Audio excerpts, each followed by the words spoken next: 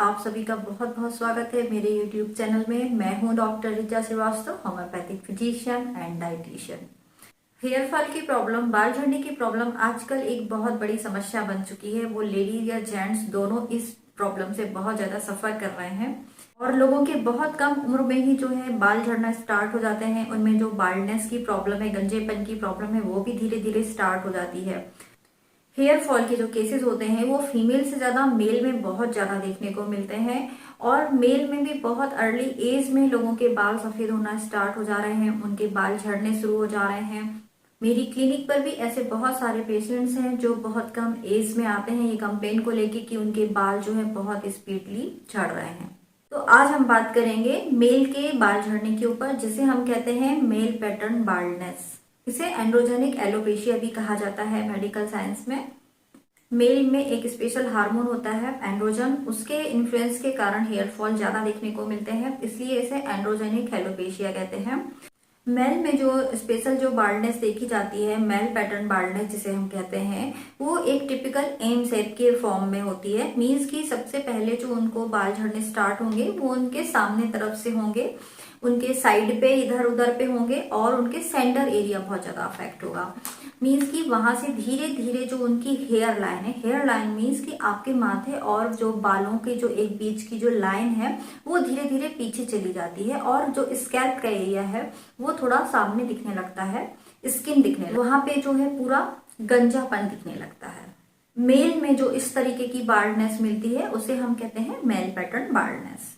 आज के वीडियो में मैं आपके साथ शेयर करूंगी होम्योपैथिक मेडिसिन और साथ में एक हेयर ऑयल भी। अगर आप इन सभी कॉम्बिनेशंस का यूज करते हैं अपनी इस प्रॉब्लम को दूर करने के लिए तो आपको बहुत अच्छे रिजल्ट मिलेंगे। मेल पैटर्न बाल्डनेस के कुछ मेन कारण होते हैं। जो पहला कारण है वो है जेनेटिक कॉज। मीन्स कि अगर आपकी फैमिली हिस्ट्री में आपके पेरेंट्स हुए, ग्रैंड पेरेंट्स हुए, उनमें अगर बाल झड़ने की प्रॉब्लम रही, उनमें अगर बाल्डनेस की, गंजेपन की प्रॉब्लम देखी गई है, तो आगे चल के आपको भी बहुत ज्यादा चांसेस होते हैं, क्योंकि जो उनके जीन्स है वो आपके बॉडी में भी ट्रांसफर हुए हैं। तो उन जीन्स के इन्फ्लुएंस से आपके जो बाल्डनेस है वो भी आगे चल के हो सकती है, क्योंकि अक्सर ये पीढ़ी दर पीढ़ी जो है वो ट्रांसफर होती जाती, एक एज पॉइंट पे आके जो है बाल झड़ने ऑटोमेटिक स्टार्ट होने लगते हैं। तो ये एक जेनेटिक रीजन है। सेकंड जो है वो है hormone DHT. DHT means dihydrotestosterone. ये एक मेल का जो हार्मोन होता है टेस्टोस्टेरोन, उसी का ही ये एक कन्वर्टेड फॉर्म है। और ये डीएचटी हमारे हेयर्स के लिए इम्पोर्टेंट तो बहुत है, लेकिन वो कब है, जब उसका एक निश्चित अमाउंट में सिक्रीशन हो। अगर वो बहुत ज्यादा होने लगता है तो फिर वो हेयर्स के लिए एक प्रॉब्लम बन जाता है। डीएचटी जो है मेल के लिए बहुत इंपॉर्टेंट होता है।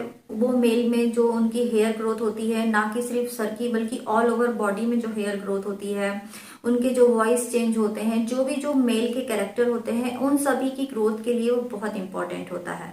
और ये मोस्टली जो है वो टीन एज में बनना स्टार्ट हो जाता है। तो आप में से ऐसे बहुत से लोग होंगे जो टीन एज में आकर या फिर अपनी कॉलेज लाइफ में आने के समय उनके जो है बाल बहुत ज्यादा झड़ने लगते हैं, क्योंकि उस समय ये डीएचटी कहीं ना कहीं उनकी बॉडी में बहुत ज्यादा इसका ओवर प्रोडक्शन होने लगता है। ये डीएचटी अब कैसे हेयर फॉल करता है, इसके लिए मैंने आपको बताया था एक हेयर साइकिल, जो कि मेरे पिछले हेयर्स के वीडियो में आप देखेंगे तो आपको समझ में आएगा कि हेयर का एक साइकिल होता है, मीन्स एक चक्र होता है। डीएचटी है वो क्या करता है, हमारे जो हेयर फॉलिकल मीन्स जो हमारी जड़ होती है उसमें एक कैप्सूल फॉर्म में होता है हेयर फॉलिकल, उसको ये श्रिंक करने लगता है। मीन्स कि उसको कैप्चर करने लगता है, उसमें सिकुड़न आने लगती है। और जब उसमें सिकुड़न आने लगती है तो proper nutrition, proper blood supply हमारे हेयर फॉलिकल को नहीं मिल पाती, तो धीरे धीरे वो वीक होने लगता है। तो सबसे पहले आपके बाल जो है वो पतले होंगे, कि उनकी जो मोटाई है, बाल की जो डायमीटर है, डेंसिटी है, वो भी कम हो जाएगी। काफी जितने घने थे वो धीरे धीरे अंदर से कम होने लगेंगे। और जब बाल पतले होंगे फिर वो धीरे धीरे टूटेंगे। आप अपने हाथ लगाएंगे आपके टॉवेल में, बाथरूम में आप शॉवर लेंगे, शैम्पू करेंगे, तब आपको बहुत सारे बाल देखने को मिलेंगे।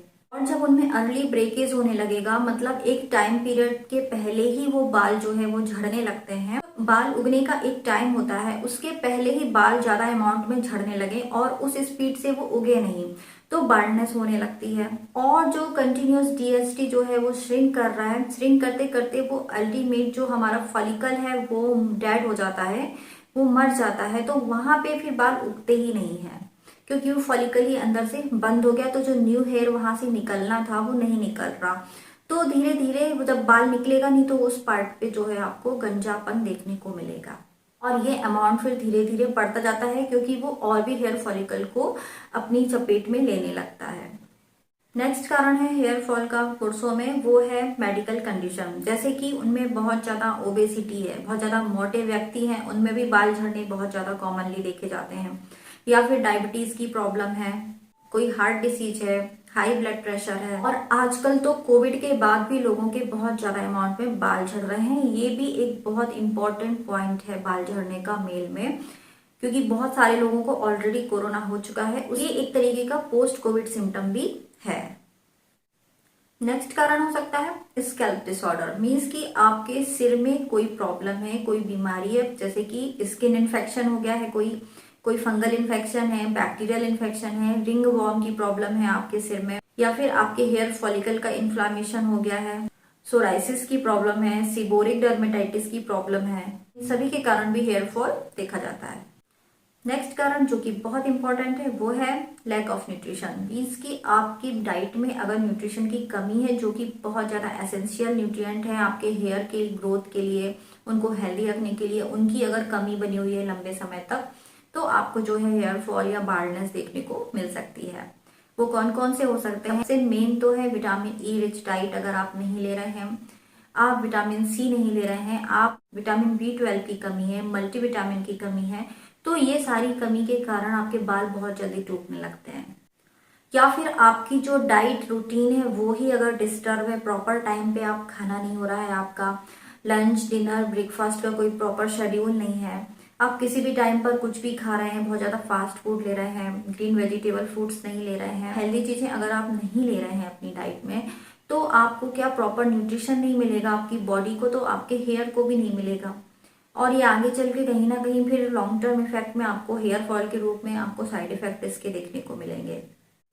नेक्स्ट कारण स्ट्रेस, अगर आप बहुत ज्यादा स्ट्रेस कंडीशन में रहते हैं, चाहे वो आपके वर्क को लेकर हो, आपके इमोशनल स्ट्रेस हो या फिर फिजिकल स्ट्रेस हो, तो ये स्ट्रेस भी आपकी हेयर की ग्रोथ को बहुत ज्यादा इन्फ्लुएंस करता है। नेक्स्ट और एक इम्पोर्टेंट कारण है वो है आपका आजकल जो है बॉयज में मेल में बहुत ज्यादा देखने को मिलता है, वो लोग जेल वगैरह बहुत ज्यादा यूज करते हैं। कोई भी हेयर जो प्रोडक्ट है केमिकल अगर आप बहुत ज्यादा यूज कर रहे हैं अपने हेयर्स पे, चाहे वो जेल के फॉर्म में हो या फिर आप फ्रिक्वेंटली चेंज करते हो शैम्पू ऑयल वगैरह, ये आपके हेयर्स को बहुत ज्यादा हार्म पहुंचाता है। आपको इनका यूज नहीं करना है ज्यादा, जहां तक हो सके आप अवॉइड करें। तो इन जो कारण है मैं आपको इसलिए डिस्कस कर रही हूँ कि इससे अगर कोई कारण आपसे मैच कर रहा है कि हाँ इस वजह से मुझे हो रहे हैं, तो उस कारण को सबसे पहले आप दूर करिए। अगर आपकी न्यूट्रिशनल डेफिशिएंसी की वजह से बाल झड़ रहे हैं तो आप अपना प्रॉपर न्यूट्रिशन लीजिए, आप विटामिन ई रिच डाइट लीजिए, आप बादाम खाइए, आप अलसी लीजिए, आप प्रोटीन ज्यादा से ज्यादा लीजिए अपनी डाइट में, दालें ले सकते हैं, पनीर ले सकते हैं, सारे मिल्क प्रोडक्ट ले सकते हैं। विटामिन सी रिच फूड भी आपको बहुत ज्यादा लेने चाहिए, उसमें आप ले सकते हैं ऑरेंज ले सकते हैं, आंवला वगैरह ले सकते हैं, कॉलीफ्लावर, ब्रोकली, ये सभी चीजें शामिल कर सकते हैं। विटामिन B12 के लिए आप सभी तरह के जो अनाज हैं आप उनको शामिल करिए अपनी डाइट में। नट्स लीजिए, ड्राई फ्रूट्स जितने ज्यादा हो सके आप खा सकते हैं। मूंगफली लीजिए, बहुत अच्छा है और ज्यादा कॉस्टली भी नहीं आता है और सबके लिए इजीली एसेसिबल है, तो आप मूंगफली का सेवन जरूर करिए। इसके अलावा आप स्प्राउट्स ले सकते हैं, इसके लिए स्पिनच पालक वगैरह ले सकते हैं आयरन के लिए। गाजर भी बहुत जरूरी होती है आपकी हेयर्स के लिए। आप फ्लैक्स सीड डेली खाने का नियम कर सकते हैं, आप रोस्ट करके ड्राई रोस्ट करके रखिए फ्लैक्स सीड को, मॉर्निंग में 1 चम्मच उसको खाइए चबा चबा कर, और फिर 1 गिलास पानी पी लीजिए। एंड फ्लैक्स सीड एंटीऑक्सीडेंट से फुल ऑफ होती है, ओमेगा 3 भी होता है, और उसमें बहुत सारे ऐसे विटामिन और मिनरल्स होते हैं जो आपके हेयर के लिए बहुत अच्छे होते हैं, हेयर ग्रोथ को प्रमोट करते हैं। तो चलिए अब मैं आपको होम्योपैथिक मेडिसिन बताती हूँ। उसमें सबसे पहले जो आपको लेना है वो है डॉक्टर रैकवेक कंपनी का R89 नंबर। आप इसको लेकर आएंगे मेडिसिन को, और इसकी आपको कम से कम 20 ड्रॉप लेनी है, दिन में 3 बार लें। आप ½ कप पानी लीजिए और उसमें इसकी 20 ड्रॉप डालिए और उसको पी जाइए। ऐसा आप सुबह दोपहर रात 3 बार करना है, और ये सारा ट्रीटमेंट आपको एटलीस्ट 3 मंथ तक करना है, क्योंकि हेयर ग्रोथ ऑलरेडी बहुत टाइम लेती है। उसका जो साइकिल का जो टाइम होता है, हर फेज का जितना टाइम लगता है उतना तो उसे लगेगा ही ग्रो करने में, तो आपको रिजल्ट दिखने में थोड़ा वक्त लग सकता है। इसलिए सबसे पहले तो आपको पेशेंस रखना होगा इन सभी दवाइयों को लेने के लिए। मिनिमम 3 मंथ तक तो आपको लेना ही है। तो फर्स्ट मेडिसिन R89 हुई, इसको आपको लेकर आना, ये डॉक्टर रेकवेक की आती है। ये एक जर्मन मेडिसिन है और बहुत अच्छी, बहुत इफेक्टिव है। सेकेंड जो मेडिसिन है वो मेरा फॉर्मूला है एडवांस हेयर मिक्सचर। इसके ऊपर मेरा ऑलरेडी एक वीडियो है, जो कि अगर आपने नहीं देखा है तो उसे डिस्क्रिप्शन बॉक्स में जाकर देख लीजिएगा, और एंड स्क्रीन पे भी मैं लगा दूंगी, तो आप उस एंड स्क्रीन पर जस्ट क्लिक करिएगा उस वीडियो पे, तो वो ओपन हो जाएगा। उस एडवांस हेयर मिक्सचर की आपको कम से कम 20 बूंद उसकी भी लेनी है, आधे कप पानी में, थोड़ा पानी गुनगुना लेंगे तो और अच्छा। उसको आपको लेना है दिन में 3 बार। और इसे बनाना कैसा है उसके लिए आप उस वीडियो को जरूर देखें एक बार, तो आपको पता चल जाएगा। थर्ड मेडिसिन है लाइकोपोडियम 200। आपको लाइकोपोडियम 200 मेडिसिन लेनी है। इसकी 3 to 4 ड्रॉप लेनी है, अपनी टंग पर लें डायरेक्ट, और दिन में 3 बार लें। आप इसे ग्लोब्यूल्स फॉर्म में लेकर आते हैं तो इसकी 5 से 6 पिल्स लेनी है आपको मुंह में और चूसनी है।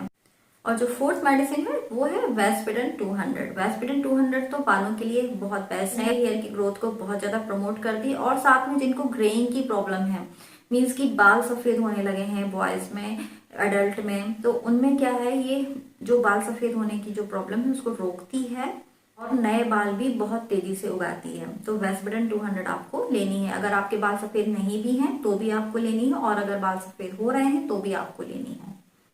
दोनों ही तरह की सिचुएशन के लिए बहुत बेस्ट है। तो ये हो गई 4 मेडिसिन। अब मैं बताती हूँ आपको हेयर ऑयल। मेडिसिन कंपनी का आता है आर्निकेस हेयर ऑयल। आप इसको ले आइए। जब आप इसकी एक सील पैक लाएंगे बॉटल, तो इसमें क्या रहेगा, ये आपको हाफ दिखेगा, मीन्स की ये ऑलरेडी हाफ आता है। जैसे अगर 60 ml की आप बॉटल लेकर आते हैं मार्केट से, तो 30 ml आपको मिलेगा उसमें ऑयल। और जो बाकी 30 ml है उसमें आप अपना रेगुलर ऑयल कोई भी ले सकते हैं, उसे आप मिक्स कर दीजिए। लेकिन हाँ, बहुत ज्यादा परफ्यूम वाला ऑयल नहीं होना चाहिए, मीन्स कि उसमें से ज्यादा स्मेल नहीं आए, बहुत तेज गंध वाला कोई भी तेल ना ले। सिंपल आप जैसे कोकोनट हो गया या फिर कोई भी अगर आप ऑयल लगाते हैं तो उस ऑयल को आप इसमें मिक्स कर दीजिए। तो ये जो 30 ml में 30 ml आप अपना ऑयल मिलाएंगे तो टोटल 60 ml हो जाएगा। उसको अच्छे से सेक करके रख लीजिए। हम हफ्ते में 2 से 3 बार बढ़िया इससे मसाज करिए, हल्के हाथ से करिए, बहुत स्पीडली नहीं करें। और उसको आप मसाज करने के बाद शैम्पू कर लें नेक्स्ट डे। तो ये पूरा एक प्रॉपर आपका मेडिकेशन हुआ है। इनमें से आपको कोई भी चीज मिस नहीं करनी है। जो मैंने मेडिसिन बताई हैं वो चारों ही यूज करनी है। ये नहीं कि आपने कोई एक ले ली और फिर रिजल्ट का वेट करने लगे। और इसके साथ जो आपकी डाइट है उसे भी आपको बहुत ज्यादा इम्प्रूव करने की जरूरत है। डाइट के साथ एक पॉइंट और इम्पोर्टेंट है, वो है पानी। बालों के लिए पानी बहुत जरूरी है, उतना ही जरूरी है जितना हमारी बॉडी के लिए जरूरी है। इसलिए पानी और अपने हाइड्रेशन लेवल का आप विशेष ख्याल रखें। एटलीस्ट 15 ग्लास पानी आप जरूर पिएं। और अगर आपको पसीना बहुत आता है तो आप इसका अमाउंट और ज्यादा भी बढ़ा सकते हैं, पर मिनिमम आपको 15 ग्लास लेना ही है। आपके मन में क्वेश्चन है इस टॉपिक से रिलेटेड तो आप मुझे कमेंट करके पूछ सकते हैं। और अगर आप मुझसे डायरेक्टली कंसल्ट करना चाहते हैं तो मेरा क्लिनिक का जो एड्रेस है वो डिस्क्रिप्शन बॉक्स में मेंशन है। और अगर आप व्हाट्सएप या ऑनलाइन कंसल्टेशन करना चाहते हैं उसकी भी जो प्रोसेस है वो डिस्क्रिप्शन बॉक्स में आपको मिल जाएगी देखने के लिए। आपने यहाँ तक देखा, मतलब आपको अच्छा लगा, तो इसे प्लीज लाइक जरूर करिए और शेयर करिए ज्यादा से ज्यादा लोगों तक। और सबसे इम्पोर्टेंट बात, अगर आपने अभी तक सब्सक्राइब नहीं किया है तो प्लीज इसे सब्सक्राइब कर दीजिए। और मेरे सभी वीडियो की नोटिफिकेशन आपको मिले बराबर, उसके लिए आप जो बेल आइकॉन है सब्सक्राइब करने के बाद उसमें ऑल को क्लिक कर दीजिएगा। ये आने वाले जितने भी वीडियो हैं वो आपको सबसे पहले मिलेंगे। तो मिलते हैं एक नए टॉपिक के साथ नेक्स्ट वीडियो में। आप वीडियो देखने के लिए आप सभी का बहुत बहुत धन्यवाद।